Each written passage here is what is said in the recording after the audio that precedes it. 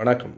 நான் சுபவீர பாண்டியன். கர்நாடகத்தில் உடுப்பியில் பிறந்த எழுத்தாளர் யு.ஆர். அனந்தமூர்த்தியை அறியாதவர்கள் இருக்க முடியாது. பார்ப்பனராக பிறந்தாலும் பார்ப்பனர்களுக்கு எதிராக அவர் எழுதிய அந்த சம்ஸ்காரா என்னும் அந்த நூல் இந்தியா முழுவதும் அறியப்பெற்ற, பேசப்பெற்ற, விவாதங்களுக்கு உள்ளான ஒரு நூல். அவர் சாகித்ய அகாதமி விருது, பத்மபூஷன் விருது எல்லாவற்றையும் பெற்றிருக்கிறார். அனைத்தையும் தாண்டி ஒரு பார்ப்பனர் அல்லாதார் இயக்கத்தை ஊக்குவித்த பார்ப்பனராக அவர் இருந்திருக்கிறார் என்பதுதான் குறிப்பிடத்தக்க நிகழ்ச்சி. கர்நாடகத்தில் எப்போது பார்ப்பனர் அல்லாதார் இயக்கம் தோன்றியது என்னும் கேள்விக்கு 1994 ஒரு நேர்காணலில் அவர் கூறுகிறார், தென்னிந்தியாவில் பிராமணர் அல்லாதார் இயக்கம் தோன்றிய போதே அது கர்நாடகத்திலும் தோன்றியது. ஆனால் கர்நாடகத்தில் முதலாக கர்நாடகத்து பார்ப்பனர்கள் தான் இடஒதுக்கீடு கேட்டு போராடினார்கள். யாரை எதிர்த்து?